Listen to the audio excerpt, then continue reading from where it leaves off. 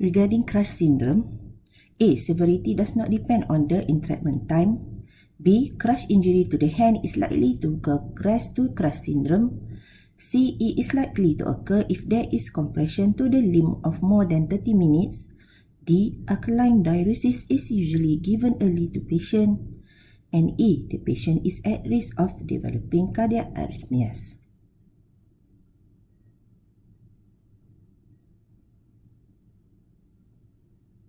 And the answer is A. False, B. True, C. True, D. True, and E is true.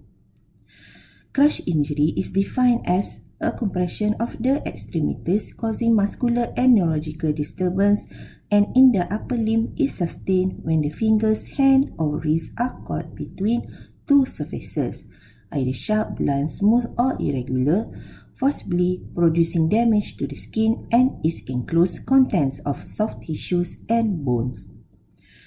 The degree of damage is proportional to the amount of force applied per square inch, and the duration of the compression is in place. Prolonged compression in heavy machinery in a more proximal part of the limb may induce a crush syndrome. The systemic effects of myoglobinuria leading to acute renal failure and sometimes can cause a cardiac arrhythmias.